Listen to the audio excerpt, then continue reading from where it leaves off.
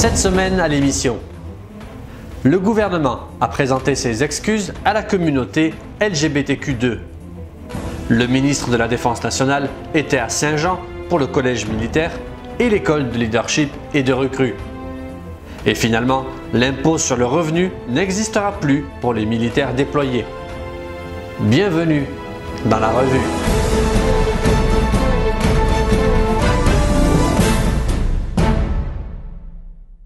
Après avoir été chassés des forces armées canadiennes ou bien d'autres ministères en raison de leur orientation sexuelle, ils sont des dizaines de milliers à avoir attendu ce moment durant des décennies. Le Premier ministre canadien a présenté officiellement les excuses du gouvernement pour la persécution qu'ils ont vécue. Allant donc plus loin encore dans les excuses, le chef d'état-major de la Défense a estimé qu'à de nombreux égards, ces militaires faisant de la partie de la communauté LGBTQ2 étaient plus dignes de ce privilège de service qu'un bon nombre d'entre nous. Ils se sont engagés à servir le Canada en portant l'uniforme, malgré le fait qu'ils savaient qu'ils pourraient être persécutés juste pour être eux-mêmes. Les excuses auraient pu sonner bien creuses si les milliers de participants à un recours collectif contre le gouvernement n'avaient pas eu gain de cause. Les deux parties ont signé une entente de principe au mois de novembre et travaillent maintenant ensemble en vue d'une entente de règlement définitif.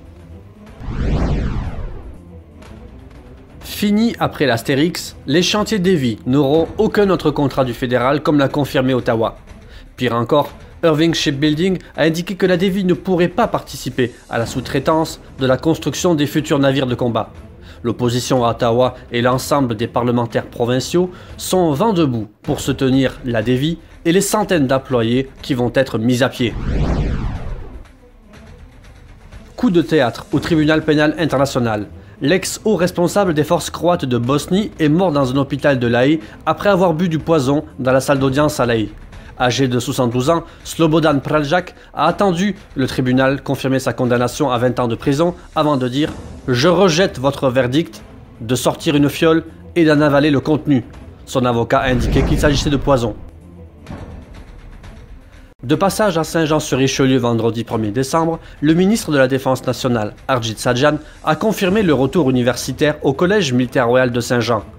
N'attendant plus qu'une lettre d'accréditation de la province, ce qui donnera le droit d'accorder un baccalauréat S.A. en études internationales, la Défense nationale prévoit que l'enseignement universitaire commencera en août 2018.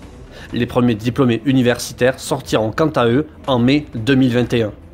Le ministre a également visité les chantiers de construction du futur centre des services de santé et du futur pavillon académique de l'école de leadership et de recrues des forces canadiennes. Les deux projets sont estimés à 125 millions de dollars.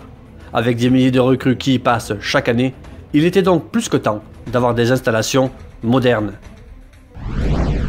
Dans son nouveau rapport, le médecin général des forces canadiennes indique que 15 militaires de la régulière se sont suicidés en 2016. Le déploiement n'est plus le facteur de risque numéro 1. Les troubles mentaux et l'utilisation d'alcool ou de drogue, en revanche, sont toujours en tête. Ces chiffres ne reflètent cependant pas la réalité, ne comprenant pas les réservistes et les jeunes vétérans, sans compter les tentatives de suicide. Alors que le Canada et les États-Unis s'apprêtent à travailler à l'amélioration du système de défense de l'Amérique du Nord, aucune discussion n'est prévue concernant une participation du Canada au bouclier antimissile américain, selon le chef d'état-major de la Défense, Jonathan Vance, qui préfère parler d'approche globale.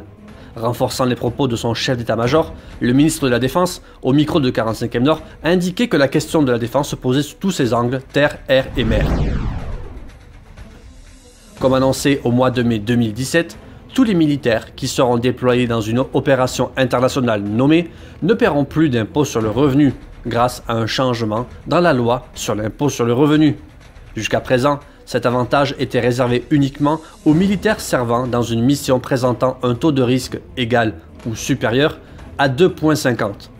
Désormais, il est lié au simple déploiement et non au taux de risque.